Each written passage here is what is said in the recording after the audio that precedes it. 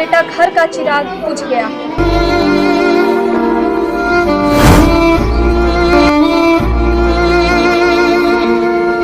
एक नानी के आंसू, एक माँ के आंसू बता रहे हैं कि मध्य प्रदेश में कानून व्यवस्था क्या है।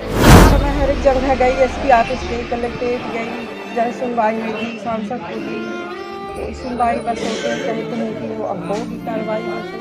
पुलिस वालों ने बोला कि ये घटना गिर करके हुई है, छत से कूद करके हुई है। अगर कोई भी ऊपर से गिरता है तो उसके हाथ में मोबाइल नहीं होता, मोबाइल हाथ दूर ही चला जाता, टोपा भी पकड़। बोले हाँ करवाता हूँ, आज तक नहीं हुआ। कैमरा का करोड़ों में चलेगा। नहीं रहा पर वो आरोपी पकड़ जाए, मेरी आत्मा को संतुष्टि मिलेगी।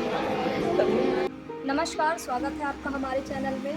हम मौजूद हैं रीवा में और यह जहां हम मौजूद हैं यह है उप मुख्यमंत्री राजेंद्र शुक्ला का है, जहां पर आई है एक ऐसी माँ जिसका केवल एक पुत्र हो, जिसका और वह पुत्र भी अगर भगवान के पास पहुंच जाए तो शायद उससे बड़ा दुख किसी माता पिता के लिए जिसकी कल्पना कर पाना भी बहुत मुश्किल होगा। और यहाँ पर जो मेरे साथ यह दो माएँ मौजूद हैं, इन माओं के दुख की कल्पना करना भी शायद बहुत ज़्यादा मुश्किल है, जिनका केवल एक पुत्र हो और उस पुत्र की हत्या कर दी गई है। तो हम इनसे ही पूछ लेते हैं क्या था पूरा मामला और ये क्यों आई है मुख्यमंत्री राजेंद्र शुक्ला। क्या नाम है? उड्डन चौधरी। उड्डन चौधरी। कहाँ से रहने वाले हैं? मैं वहाँ सिमरिया में ससुराल है। क्या हो गया था आपके बेटे? मैं सिमरिया की रहने वाली हूँ, ससुराल मेरा सिमरिया और सतना में रहते थे। कमाने खाने के लिए चले गए थे, 25 साल हो गया रहते थे। मेरा आदमी मजदूरी करते थे, बस लड़का भी वहीं मेरा पढ़ता था, पूरी पढ़ाई कर लिया था। पता नहीं आए, दोस्तों में गया, 2 बजे गया, रिमोट के लिए भेजी, शाम को आए नहीं, पूरा हो गया 17। फिर 18 को मैं गई कंप्लेन लिखाने, पूरी रात जब नहीं आया तो 18 को गई मैं कंप्लेन लिखाने पूरा थाना। 2 बजे मिला 18 तारीख, बिल्डिंग के नीचे 4 मंजिल के नीचे वहाँ पे पाया। कोई सुनवाई नहीं हुई। आप लोग को कैसे जानकारी हुई कि? मैं वहाँ गई थी एसपी ऑफिस में कंप्लेन लिखाने, तो मेरे 2 लड़के साथ में गए थे, तो उनके में फ़ोन आया कि आपका लड़का वहाँ पे पड़ा हुआ है। मैं वहाँ से आई थी, मेरे लड़का से। अब इसमें क्या लिखा है कि वो संतुलन होने के कारण उसमें से गिरा।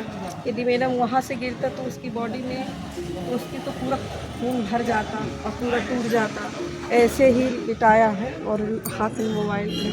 मैं चाहती हूँ पूरी अगर वो गिरता तो ये हाथ से और जो मोबाइल का हाथ से छूट जाता होते हैं लोकेशन, और उसे पूरे कॉल डिटेल निकाले तभी तो कैमरा 3 लगे हुए। पुलिस वाले क्या कहते हैं? हो गया, मैं हर एक जगह गई, एसपी ऑफिस गई, कलेक्ट्रेट गई, जन सुनवाई में गई, सांसद को गई, कोई सुनवाई बस होते कहते हैं कि वो अब होगी कार्रवाई, बस हो गया। Postmortem report. हाँ, रीवा में मेरे जिला रीवा है, ससुराल सिमरिया की।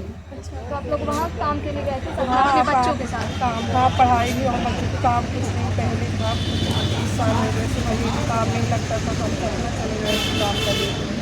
और सरकारी कमरा मिला है बेटा, सरकारी, मेरी लड़की को सरकारी कमरा मिला है, और सिंगल उसका छत का आवास वाले में से, और वो 30 नंबर है, वो मकान नंबर है।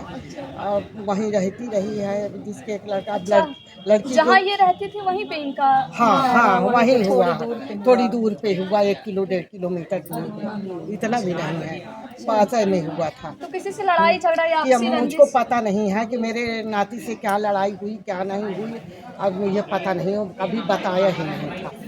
पोस्टमार्टम भी हुआ होगा? तो हाँ क्या है पोस्टमार्टम बोलते हैं अभी नहीं आई थी। दिसंबर में इनकी हत्या की गई थी और उसके बाद से अभी रिपोर्ट नहीं आई? नहीं अभी नहीं आई।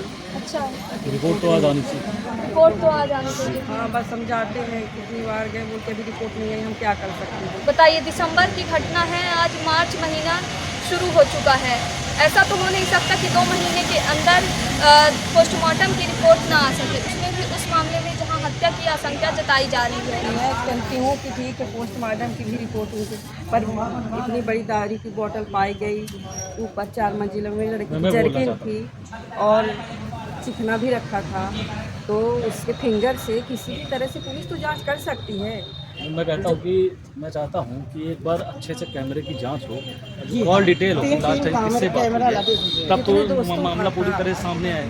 वहाँ जो सीसीटीवी कैमरे लगे हैं उनको रिगार्डिंग चेक की जाए कि उसके साथ क्या हुआ, कौन आया, कहाँ गया, तब तो पूरे मामले की हम जांच कर पाएंगे और उसकी लास्ट तक डिटेल निकालें।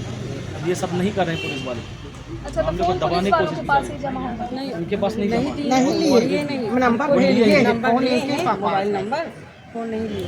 अच्छा, फोन भी नहीं दिए? नहीं लिए, नंबर वाली है। एक 100 नंबर की घटना हुई, मैं तो गुमशुदा की पुलिस थाने गई, फिर दिए वहाँ पे सूचना की बॉडी वहाँ पे मिली तो मात्र एक पुलिस गई थी 100 नंबर। इतनी बड़े हादसे में मैं चाहता हूँ मैं पूरी तरह से इसकी जांच हो। तो क्या लगता है, मतलब पुलिस का जो तंत्र है वह भी कहीं ना कहीं आरोपियों के साथ या फिर कुछ अन्य कार्यों में मिला हुआ है? ये तो लगता है मेरे को। और अगर पुलिस चाहे तो आरोपी को पकड़ सकती है। जांच करे, जो जांच करे। हम कहते हैं कोई आरोपी हम नहीं बनाते किसी को, जो जांच में निकलेगा चलेगा ना, कॉल डिटेल निकालें और वो पूरे कैमरे की जांच करें। जो आरोपी होगा वो हमें मांग सामने आ जाए, सही तरीके से जांच हो। हम जांच की मांग करते हैं और कुछ नहीं चाहते। जांच हो एक लड़का और जो जांच में निकलेगा हमारा वही। इस दुनिया में नहीं रहा पर वो आरोपी पकड़ जाए, मेरे आत्मा को संतुष्टि मिलेगी तभी। ये दर्द है उस माँ का जिसका इकलौता बेटा घर का चिराग बुझ गया। ये उस माँ के आंसू हैं जो अपने बेटे के लिए न्याय के इंतजार में है कि उसके बेटे की तो हत्या कर दी गई थी, लेकिन बेटे के हत्यारे को सजा जरूर मिले। और यहाँ पे आप देख रहे हैं कि सबसे बड़ा जो सवाल छूट रहा है पुलिस व्यवस्था पर, जहाँ पर परिजनों का आरोप है कि पुलिस द्वारा कोई भी कार्यवाही नहीं की गई। आज 2 महीने बीत गए हैं, पोस्टमार्टम की रिपोर्ट तक, जिस रिपोर्ट को 13 या 14 दिन में आ जाती है। पुलिस वाले बोल रहे हैं कि पुलिस वालों के ऊपर एक बहुत बड़ा प्रश्न चिन्ह छोड़ रहा है यह पूरा मामला। तो यहाँ मौजूद हम एक और उन्हीं के परिवार के सदस्य से बात कर लेते हैं। पुलिस वालों ने बोला कि ये घटना गिर करके हुई है, छत से कूद करके हुई है। अगर कोई भी ऊपर से गिरता है तो उसके हाथ में मोबाइल नहीं होता, मोबाइल हाथ दूर ही चला जाता। टोपा भी उसका बगल में है, हाथ में पैसे भी है, मोबाइल में हाथ में पकड़ा हुआ है। ये देखिए, ये मोबाइल हाथ में पकड़ा हुआ है। अगर ये घटना होती तो मोबाइल कहीं दूर गिरता, तो उसके हाथ में मोबाइल है।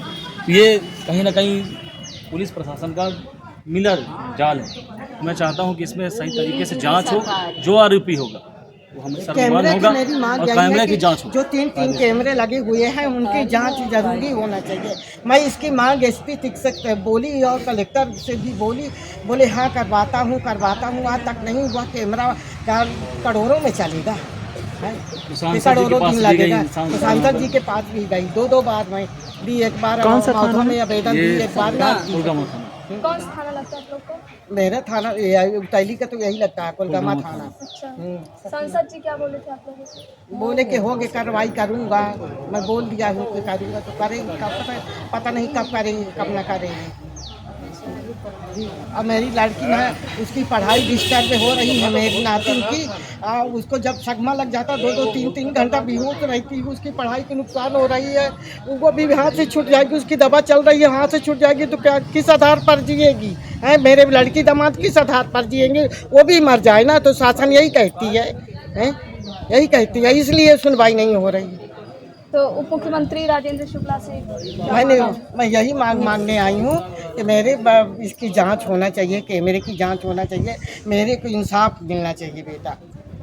तो बताइए, जहाँ एक और कहते हैं कि महिला सुरक्षा हो, चाहे कोई भी सुरक्षा हो, नागरिक सुरक्षा हो, प्रदेश की सरकार अव्वल नंबर पर है, लेकिन वहीं दूसरी ओर यह घटना ज़मीनी स्तर पर उस सच्चाई को सामने ला रही है।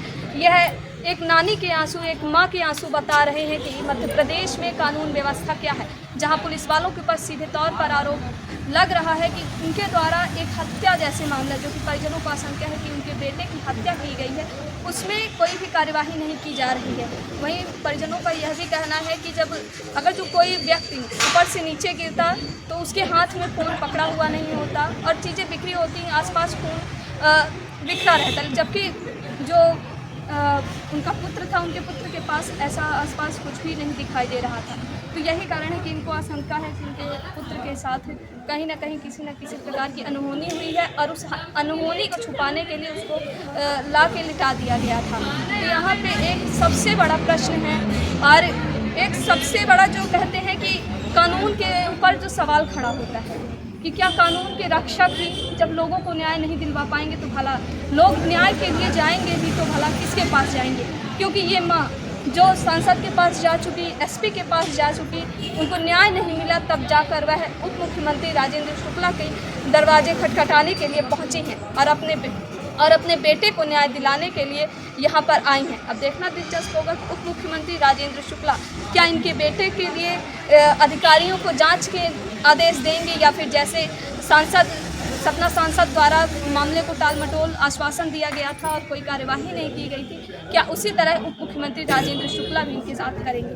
कैमरा पर्सन नीरज के साथ मैं सोनाली, रीवा, मध्य प्रदेश।